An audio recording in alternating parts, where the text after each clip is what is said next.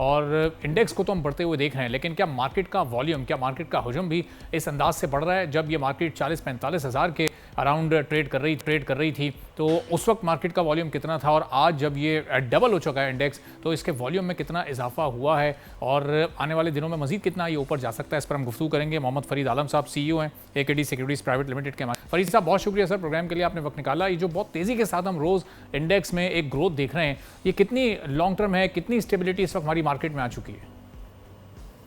बिस्मिल्लाहिर्रहमानिर्रहीम। Thank you very much जी।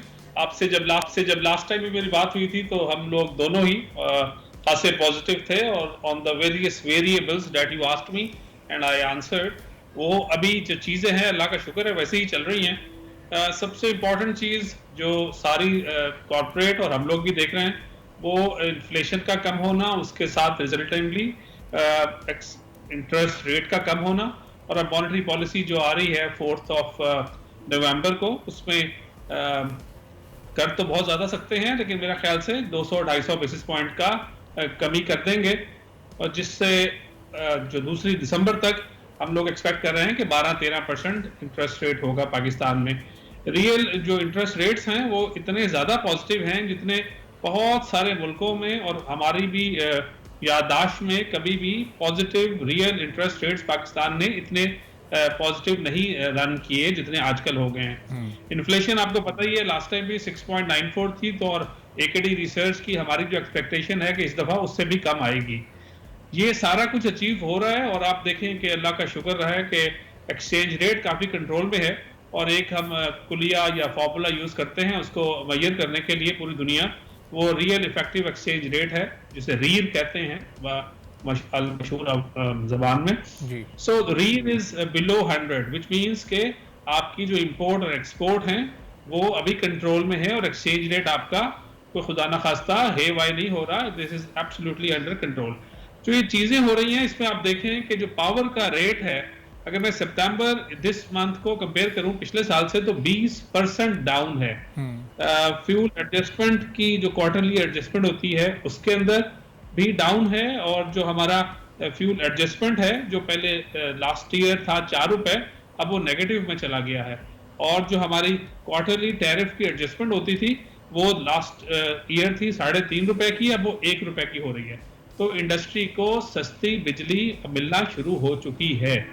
तो I think इस चीज़ों को मद्देनजर रखते हुए और एसेट क्लासेस जो डिफरेंट हैं उसके अंदर जो मोस्ट क्लियरिंग है, जिसको वो कह रही है कि this is the time for you to invest in me, वो एसेट क्लासेस में equity is standing out very tall माशाल्लाह। ठीक है, तो फरीद साहब, पिछले एक साल के मुकाबले में जो इस वक्त ओवरऑल इकोनॉमिक इंडिकेटर्स हैं उसमें तो हमें एक मेजर शिफ्ट, एक मेजर चेंज नज़र आ रहा है, लेकिन अब इसके नतीजे में मार्केट में नई इन्वेस्टमेंट कितनी आई है? यानी जब ये इंडेक्स कोई 45, 50 या 55,000 के अराउंड हुआ करता था, मार्केट का वॉल्यूम उस वक्त भी कमोबेश उतना ही था जितना आज ये जब 85,000 को क्रॉस कर चुका है, 88 को टच कर रहा है, तो मार्केट तो अपने उसी वॉल्यूम पर खड़ी हुई है, नई इन्वेस्टमेंट तो इसमें नहीं आ रही।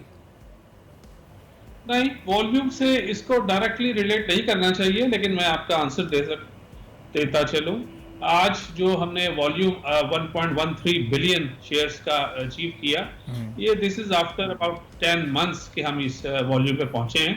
हाँ, बैक इन जब मैंने मार्केट में काम करना शुरू किया था वे बैक, उस वक्त हमारा बिलियन का नॉर्मल वॉल्यूम हुआ करता था।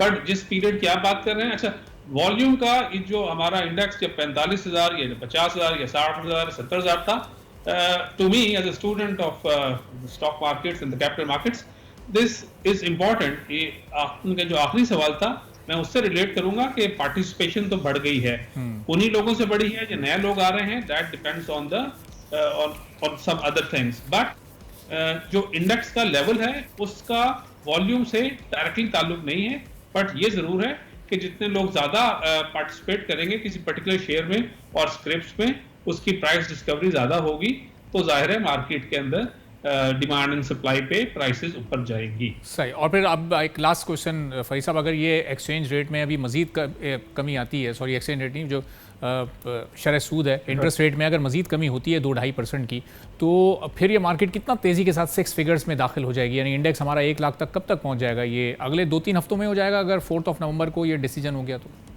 नहीं, आई थिंक हम सबको चाहिए 1 लाख तक तो इंशाल्लाह हो जाएगा इसी कैलेंडर ईयर में, और उसके बाद 1.5 लाख भी इंशाल्लाह होगा। पर आई थिंक अगले 2-3 हफ्ते ना कहें, अप टू 31 दिसंबर ही करें, बिकॉज जो एक पूरी बस का भर के सवारियों को लेके आगे जाना और थोड़े कम लोगों को लेके जाना, I think a lot of people who are still glued to the fixed income, वो देख नहीं रहे कि क्या हो रहा है उनके साथ। अभी भी अगर बैंकर्स या फिक्स्ड इनकम इनको पहले देता था अगर 22, 20, 18, 17, अब जब आने वाले वक्त में इनका बैंकर इनको 14% और 13% देगा, तो फिर इनको ख्याल आएगा कि हम क्या मिस कर रहे हैं।